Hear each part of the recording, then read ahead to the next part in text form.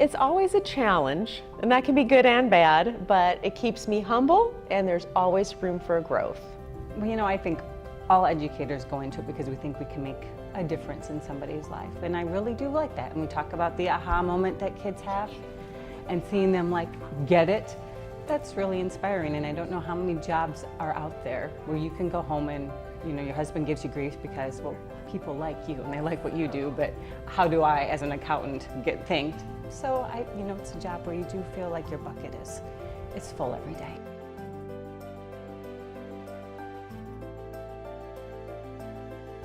It is a group effort. It's, you know, not each individual teacher in their classroom. It's your department, it's your PLC group, it's your administrator, it's your teacher leaders, it's all of the support staff that we have, that all of those people together have made such a difference in my teaching career, teaching at Linn-Mar. And I think that the students have really been the beneficiaries of all those people working together to give a cohesive education. I love making learning fun. Having a good time with the kids, having them work hard and develop a really good work ethic, but really make it fun so they want to do well.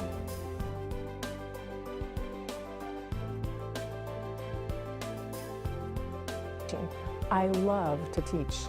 I love to be up in front of the kids, telling stories, trying to have them make connections to whatever it is that I'm teaching. And one of the ways that I do that, I know that you were able to come and watch the colonial days, but at the end is to try and wrap things up and pull it all together so that kids can make a connection, because that's what they're going to remember anyway. So just the pure love of actually teaching. I love to teach.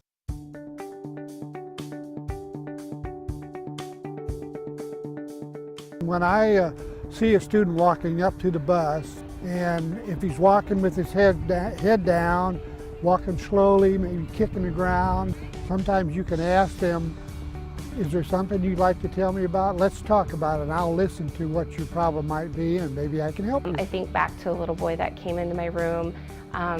He didn't really smile much. He did not feel very confident and successful, and I just kind of saw those layers kind of come off him throughout the year. By the end of the second grade, he was doing beautifully academically. He had made a lot of friends. He was more pleasant to be around, and then I continued to see that, and we still had that connection all the way through 5th grade. Because I let them know they are important and they do matter.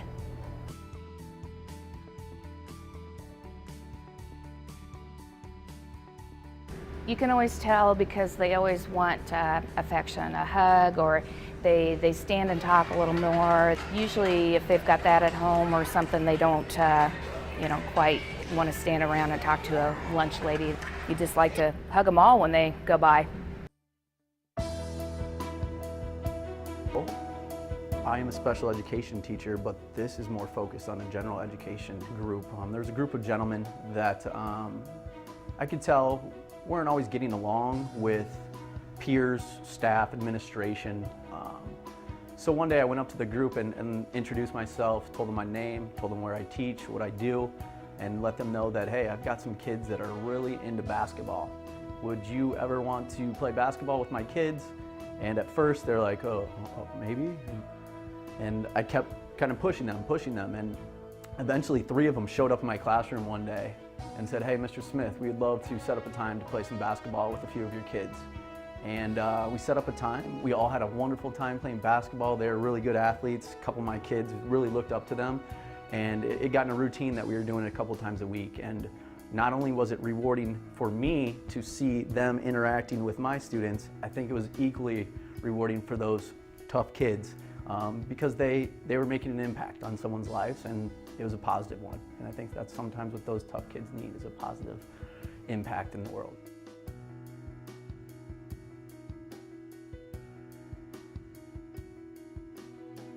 I'd come back from around Thanksgiving time, and I'd had a death in my family, and so I was pretty emotional myself, and so I asked the kids, you know, go through, and this is when I was at the elementary, and I said, hey, tell me of a time or something that you were very thankful for.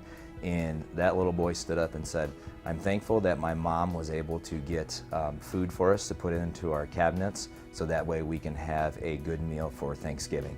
And so it just kind of put me into the perspective and just made me think, man, if he's thinking that deep at that age level, it's absolutely amazing. And so that student there just kind of drove me to, you know, instead of looking at that particular student from now on, because he was the one that you're always having to bring back and get back online and get back in track. And you know, he showed up to school with not the nicest clothes on. Sometimes they were dirty, and it's just kind of one of those things where you're like, come on, buddy, come on, you know. And so just hearing him say that and seeing the things that he's going through, my problems that I dealt with day to day were very minimal compared to what this young man as a kindergartner had.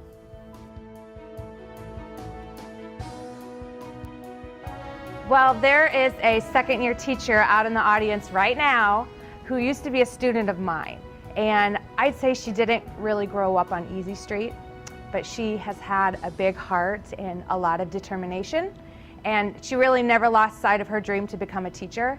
And I wanted to be able to tell her right now that I am very proud of you and you've done a great job. As a sixth grader, he came in and kind of had a hard time socially, didn't really get along with teachers very well, and I found out he liked to read, and we became the best of friends. And he's in 7th grade now. He comes and talks to me almost daily about what he's reading, and it's a really nice connection to have made.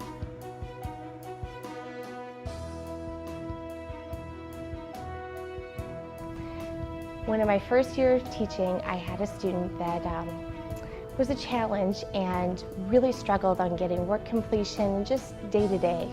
Needed a lot of encouragement, and I always felt like that student just needed that little extra oomph. And a few years after I had him, I got a letter from him saying that he was just so appreciative of all the time and effort that I put into him, and that really made an impact for him later on. That was really great. Well, I think of a certain young man I've had since his freshman year and the struggles he and I have gone through. The connection and the impact that I know that I've made on his life carries over also when I talk to his parents, and they tell me about times that perhaps they weren't able to take him on family trips due to behavior, but now they recently were able to go to his brother's wedding, and he acted appropriately, participated, and did a great job. So knowing that not only have I made an impact on his educational life, but also on his personal life with his family as well. I had a student in 1st grade whose parent was severely depressed, pretty much bedridden. He was really emotional, would have trouble on the playground. Everything affected him greatly. And as soon as he could drive, he started coming back to visit me. And so when he was 16, he came the first time. And then he came when he started Iowa State, but he is now a she, and felt comfortable enough and enough of a connection with me to come back and share that with me. Really was not tying or buying into school, didn't want to be there, would do everything he could to leave, ended up taking a year break, and then he came back this last year and just decided, I'm going to do it, I'm going to finish my classes, and just really worked really hard. And when he graduated, you know, he came in, he's like, thank you so much. Best job in the world.